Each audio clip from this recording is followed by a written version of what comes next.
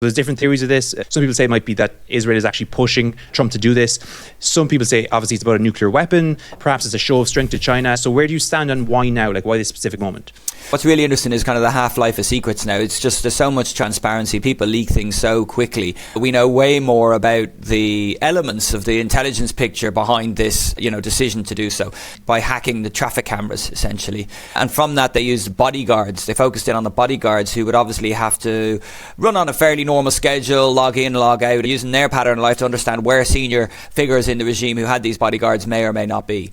It looks like there was some piece of exquisite intelligence, probably human intelligence, which came from then the CIA. Now, the CIA fed that to the Israelis. The person who did that is really quite interesting, because imagine taking the decision to say, I feed this to the Israelis. Maybe you didn't know the significance of it all, but given the current context of what had happened, the CIA people are very clever. You're probably aware of what some of the consequences could be.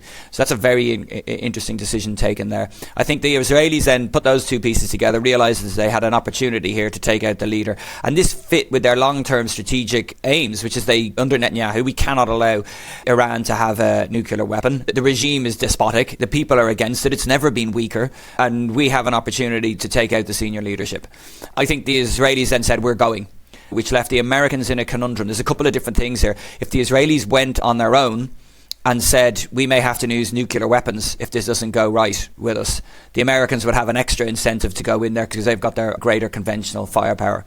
I mean, there's other things that does need to be mentioned. Epstein files, distraction. These are moving from low plausibility outcomes to medium plausibility. So keep an eye on that. And if you look at the interest in the Epstein files as a result of this, is dropped heavily.